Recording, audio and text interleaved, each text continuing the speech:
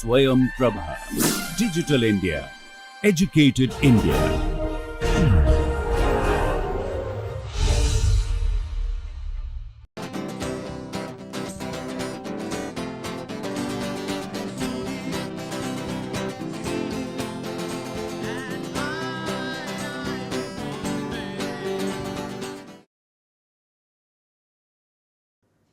Good morning, welcome you to the next class on the inorganic chemistry of life, principles and perspectives.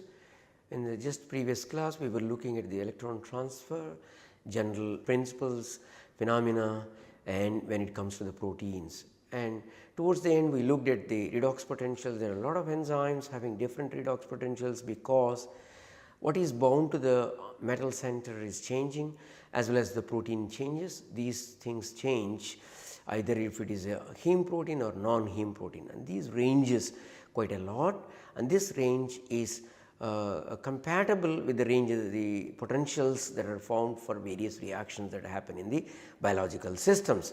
And these I have shown through the couple of slides here, some reactions that takes place. These are all mostly the oxygen kind of reaction, all iron enzymes, so other kinds of reactions that occur. So these all span somewhere minus around 1 volt difference or so, which is reasonably well covered by all the enzymes. And you know how to understand this particular redox potentials, and I will explain you as this. So this should be understood from the delta G 0 is minus NF E naught, and if the E naught, that is redox potential, is minus, then it will be plus, that means reduction is not favorable. If the E naught is plus, then the delta G is minus and the reduction is favorable.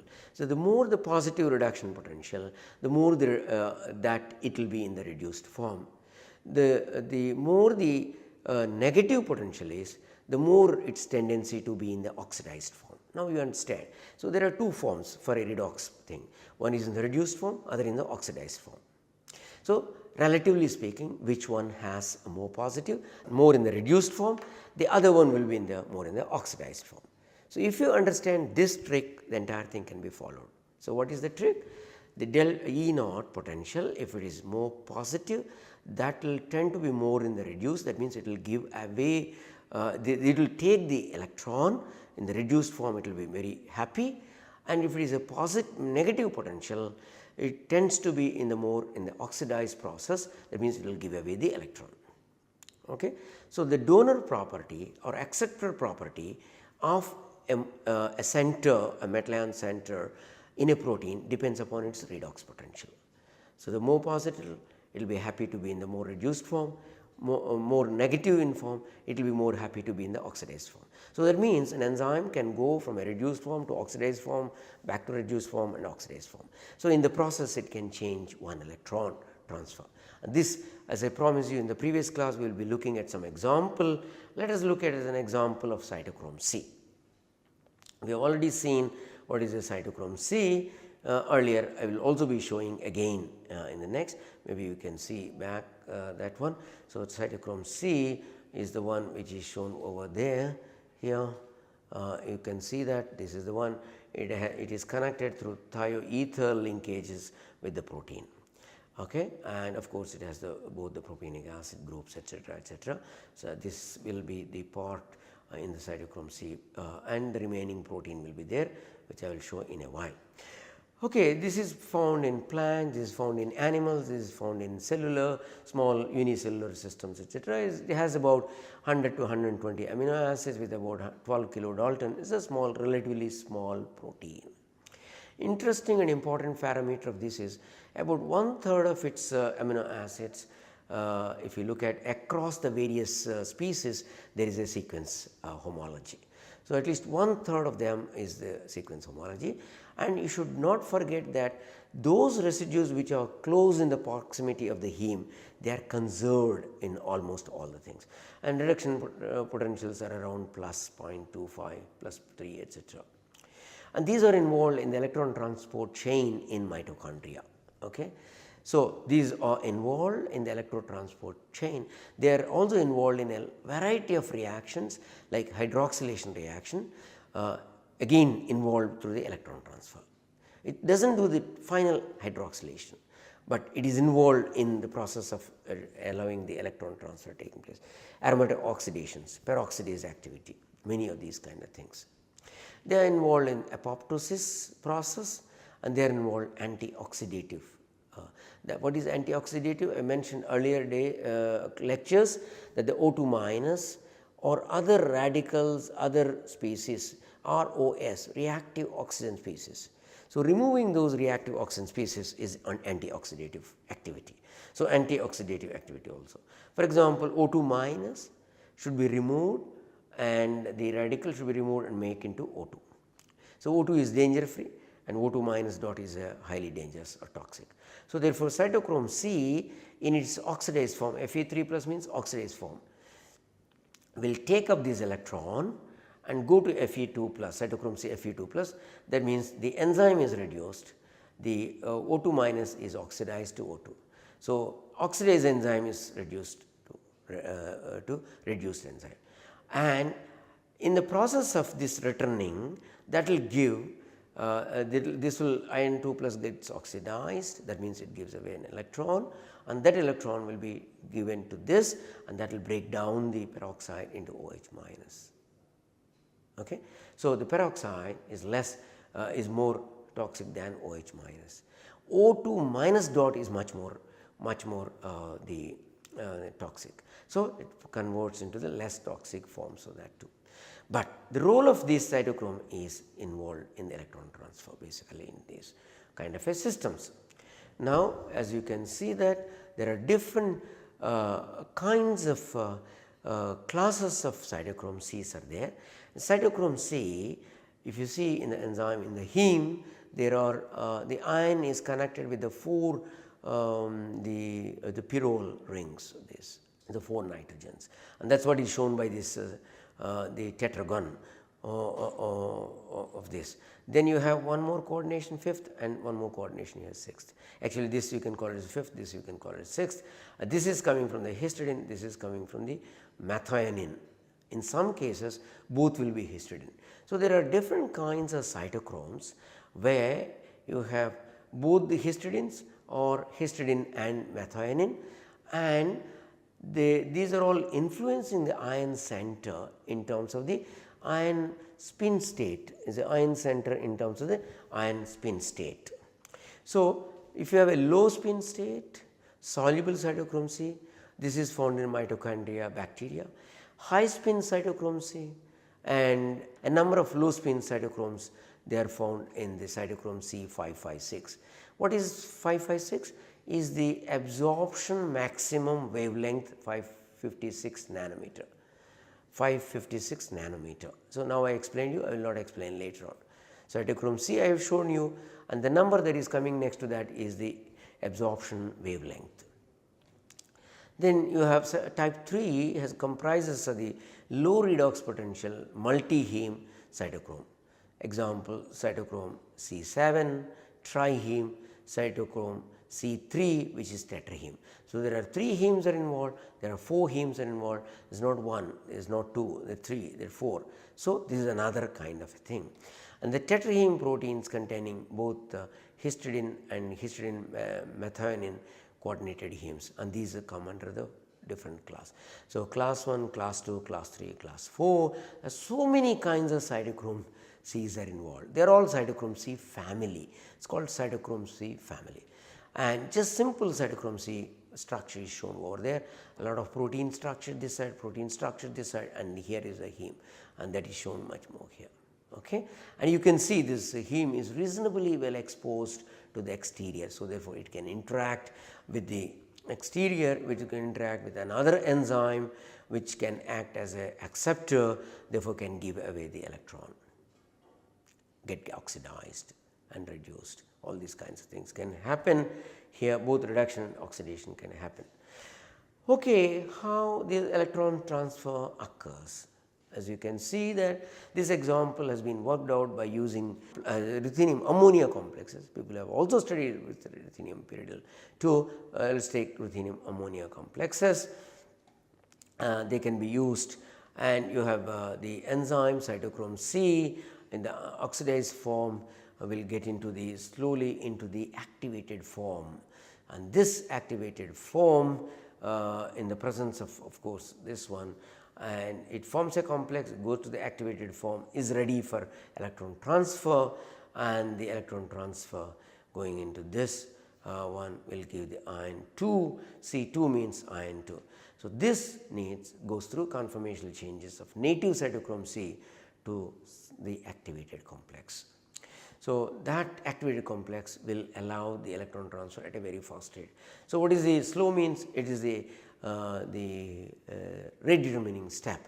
So, rate determining step here is the formation of the complex and the complex converted into the transition state or activated complex. So, conversion into the activated complex is the rate determining step. So, that means it is the reorganization energy that is the basically is favoring. So, once that is activated, then the electron transfer goes very fast, the Kd is around 55 second inverse. Okay. So, these are the kinds of things that we are looking at. So, these are capable of, depending upon the partner, this can act either as a donor or as an acceptor, because this all depends on the potential. So, all that I want to demonstrate to you is you have a ground state complex, and this complex has to be converted into an activated complex, therefore, energy is involved. And then of course, conductivity is the medium between the donor and acceptor. Now, let us say assume that the cytochrome C has gone from cytochrome C in the iron 3 oxidation state to a cytochrome C in the iron 2 oxidation state. How will it return back? That is explained over here, and this thing is done by the cytochrome C oxidase. There is an enzyme called cytochrome C oxidase, and this enzyme for biological inorganic chemists, this portion is important, or this portion, either is one and the same, and this is the enzyme structure. So, this cytochrome C oxidase is a bit complex protein, having the 2 copper centers, having a heme A, having a heme A3, and having a copper B center. The whole thing is surrounded by the protein here, you can see that. Now, how does the electron transfer finally take place between the cytochrome C and cytochrome C oxidase?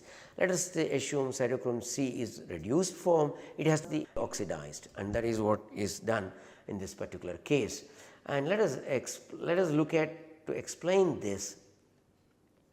So, this is coming from the cytochrome C, and this is coming from the cytochrome C oxidase, and these two have a docking in this region. So, assume that the cytochrome C docks with the cytochrome C oxidase and forms a kind of a complex. You see that this region is the region where conductivity should work, and that is exactly the region of this. There are many details of this where the water is involved, etc. I will not go into details. This is coming from the cytochrome C, this part is coming from the cytochrome C oxidase. You see the 2 coppers, and there are some residues like the K3 and C14, cysteine and lysine, cysteine 14 number and the lysine 13. These two, which are coming from the cytochrome C, are extremely important. Similarly, the methionine 207 and tryptophan 105 coming from the cytochrome C oxidase are also equally important.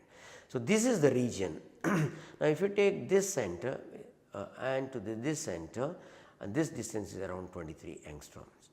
But if you go through this particular path, this is called electron transfer path, and this is around 42 angstroms. Okay? And that is where, so these are important. How do we know these are important?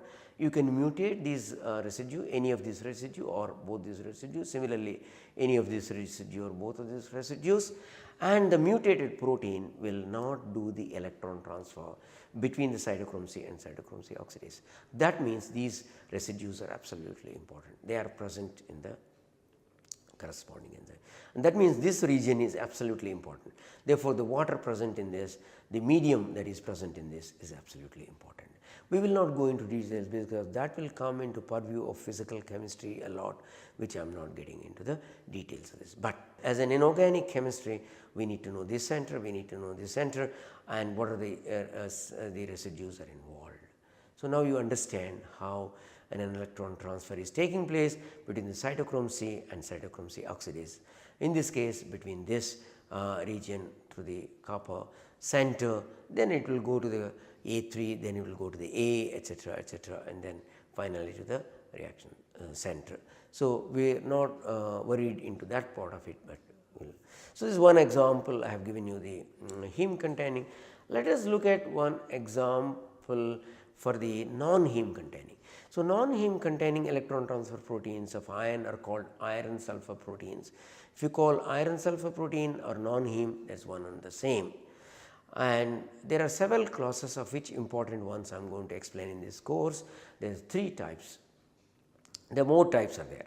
So, one is there is just one iron and 4 cysteines are bonded, as you can see here, FeSCy cysteine 4 times. These are called rubridoxin, it is called rubridoxin. Then you have another case, one iron, 2 cysteines, another iron with 2 cysteines. The 2 ions are by 2 sulfido groups. This is called ferridoxin, but it is called 2 iron 2 sulfur ferridoxin. This is called rubridoxin or 1 iron sulfur protein, 2 iron 2 sulfur protein. There is another case which is 4 ions. So, each of the ion is connected to one cysteine. Where is cysteine is coming from? The cysteine is coming from the protein. It is not a cysteine, just simple amino acid, it is coming from the protein. So, the protein wraps around. So, like that it is shown over there, protein wraps around, and you can see the protein wraps around. So, all the 4 cysteines are coming from here, all the 4 cysteines are coming from here, all the 4 cysteines are coming from here. This is for 1 iron iron sulfur protein, this is 2 iron 2 sulfur protein, this is 4 iron 4 sulfur protein. So, this is called rubridoxin, this is called ferridoxin 2 iron 2 sulfur, this is ferridoxin 4 iron 4 sulfur. There are some more classes, but we do not need, we just these are sufficient. There are proteins having different kinds of protein electron transfer, sometimes more than one of the same type, they are also there, but with some little modifications. So, therefore, their redox potentials will differ. Why nature has chosen so many? Because to control their redox potentials in various ways. Okay. So, I hope you understand 1 iron iron sulfur protein, 2 iron 2 sulfur protein, 4 iron 4 sulfur protein. Okay. So, in all these there are 2 types of sulfur linkages. One is from the cysteine sulfur, it would have been SH, which is called thiol, proton is last, then this is called thiolato bridge, and this is called S2 minus sulfido. So, how do one differentiate these ones? Just take this protein, add some acid, mineral acid, and if you get hydrogen sulfide smell, that means you have a sulfide S2 minus, which is also known as inorganic sulfur, it is called organic sulfur. Cysteine sulfur is called organic sulfur, the bridge sulfur here is called the inorganic sulfide, and this upon mineral acid addition like HCl or something, you will get H2S, and then from the smell itself you can find out. In this case, if you add mineral acid, nothing will happen, no foul smell will come, whereas in this case and this case it will come. You understand that. Let us look at more closely such proteins, rubridoxin minus 60, ferridoxins, so minus 400, ferridoxin 2 a different type, iron 2 Fe2S2 minus 430. There is something called high potential iron sulfur protein or iron protein, high potential iron sulfur protein or high protein. This is called the high PIP. So, high potential iron protein or iron sulfur protein. So, this has got high positive potential plus 360, whereas these are having minus values minus 400, minus 430, whereas plus 360. And flavodoxin is a flavin, not a iron sulfur protein, minus 420. So, here itself you can see the iron sulfur proteins can show as positive as plus 360, as negative as minus 430. The difference is 800 millivolts, as you can see that, a large amount of millivolt kind of thing. So, the iron sulfur proteins are very nice to study, and in fact, you can take an iron sulfur protein and do like to find out whether it is a 2 iron 2 sulfur protein or 4 iron 4 sulfur protein. How do we find out? Do a core extrusion. So, how will you do? Because all of these are associated with the thiol. So, use excess thiol. You take the protein and add excess thiol from exterior outside, and it will take the core out and the protein becomes the apoprotein. And you can check that absorption spectrum and you can compare with the standard one, and you can identify by using the absorption spectrum, you can identify whether it is a protein has got iron with 4 thiolates, or 2 iron 2 sulfur protein, or 4 iron 4 sulfur protein, or whether it is a rubridoxin, whether it is a ferridoxin of 2 iron sand type, is a ferridoxin of 4 iron type. You can absolutely find out from the absorption spectrum of these enzymes. How? By adding excess thiol to the protein and extracting the core and looking at the absorption spectrum and comparing with the standard one. Similarly, you can also look at their EPR spectra. See, the EPR spectra of the iron 1 iron protein, see, looks very nicely around between 4 to 5 is the G value. Now, if you look at the 2 iron 2 sulfur protein, you can see these are the things, and if you go to 4 iron 4 sulfur, this one, this one, this one, and these three are very similar, and intermediate to this 2 iron and 4 iron is the iron high pip. So, that means if you look at the absorption spectrum, if you look at the EPR, you can identify whether it is a 1 iron system, or 2 iron 2 sulfur system, or 4 iron 4 sulfur system, or 4 iron 4 sulfur with high pip system. All these can be very well identified from the absorption spectra, from the EPR spectra. It is very interesting, very simple proteins. So, you can just do the core extrusion and then compare with this. So, if you have iron sulfur proteins, first thing is you can do a test of the mineral acid and you can find out whether there is inorganic sulfide is there or not. So, if it is there, now the next question is that whether it has any iron 2 or iron 4 sulfur. So, how will you do that? Take let us say a protein mix. So, then say iron sulfur protein, and you want to identify which one is this. So, first is HCl, and then the H2S H2S no. So, this means this is iron sulfur 1 iron protein, and if it is S, it could be 2 iron 2 sulfur or 4 iron 4 sulfur. So, you can measure absorption, you can measure EPR. From this you can differentiate 2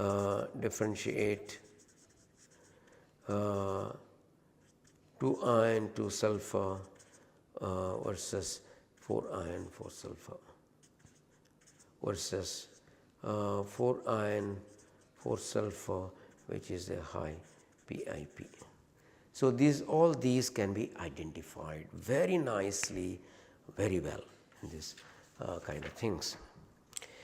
Okay, so having seen this, we talked about the iron sulfur proteins which are having a negative redox potential, high P proteins having a positive 400 360.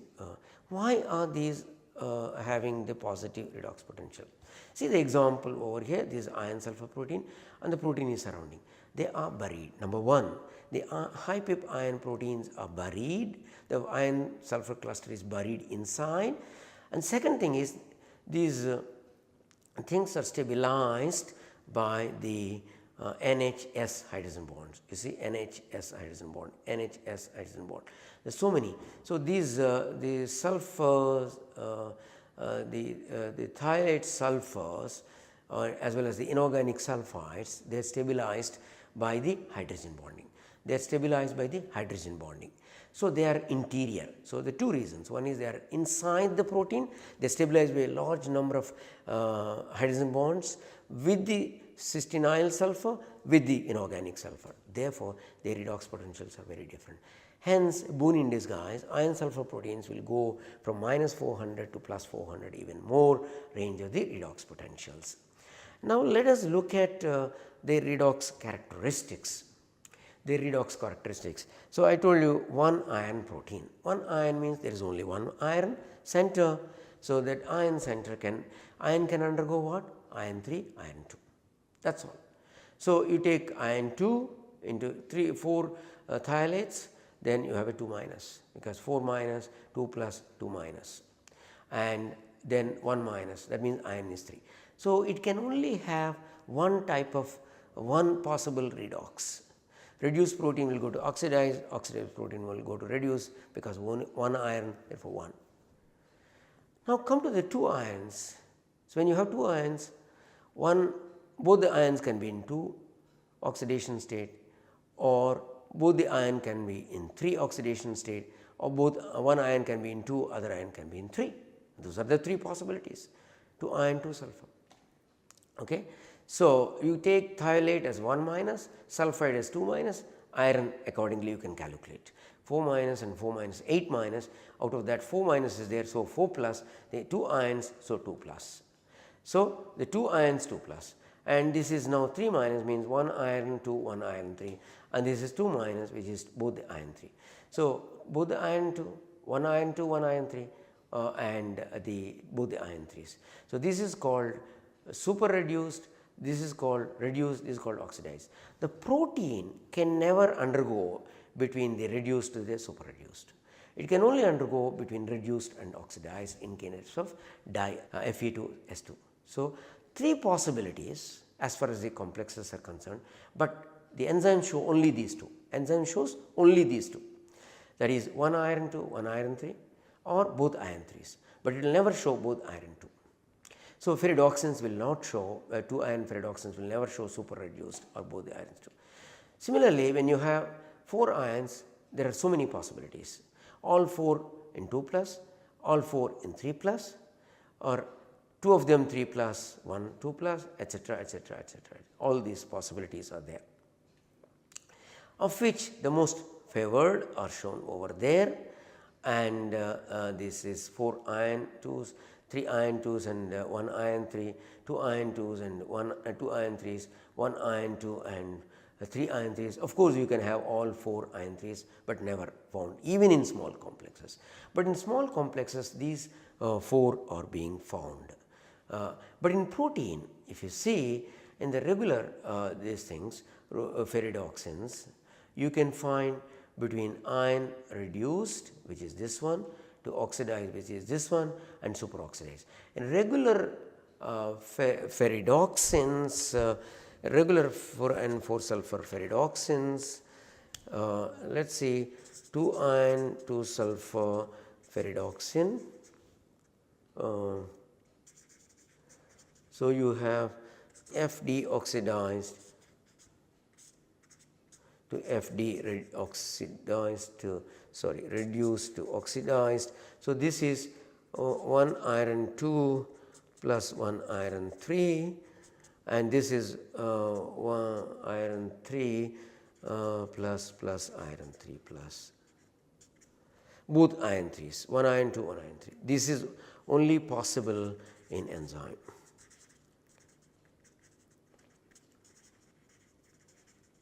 And now, if you take 4 iron 4 sulfur case, you have so many possibilities are there, of which the 4 iron 4 sulfur enzymes. Okay. 4 iron 2s, 3 iron 2s plus iron 3, 2 iron 2s plus 2 iron 3s, or 1 iron 2 plus 3 iron 3s, and 4 iron 3 plus. This is never found, only these 1, 2, 3, 4, 5 is never found even in complexes.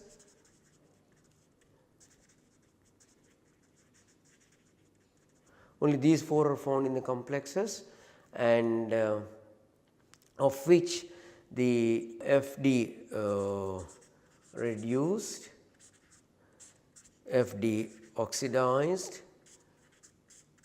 FD super reduced are found in the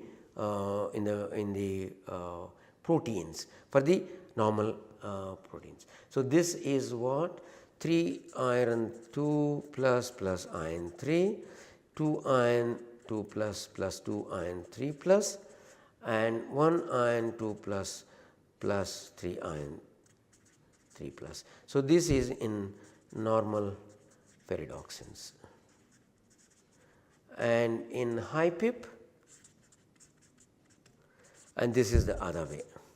So, it is the super reduced to oxidized. So, high pip reduced to high pip oxidized. Okay. So, that is 2 iron 2 plus 2 iron 3 plus going to 1 iron 2 plus 1 iron 3 iron 3 plus. So, only these are the two forms are possible in these systems. Okay. So, if we try to look at these, try to understand what happens at these, from small molecules it has been found the 3 iron 2 iron 3, 2 iron 2 2 iron 3, 1 iron 2 1 iron 3. When you look at the crystal structures from small molecule, this iron sulfur distance versus thiolate distance, you go to this 2.233 becomes 2.267 becomes 2.354. Look at this distance also similar way increases. You look at this 2.208, 2.263, 2.295. So, what is happening? As you keep oxidizing one ion from here to here, one more ion from here to here, these are basically expanding. So, therefore, you have an expansion when it is oxidized and it will contract when it is reduced, oxidized, reduced.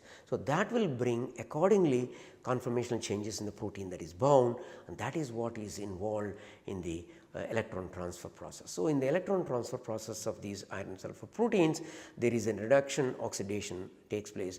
During that period when it oxidizes, it will expand, it will reduce, it will contract. So, expansion and contraction of these cores will basically involve in the protein conformational changes, and such protein conformational changes are basically responsible for the protein electron transfer.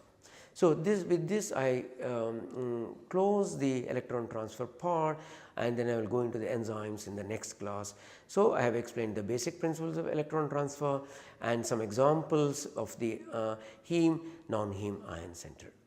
Thank you very much.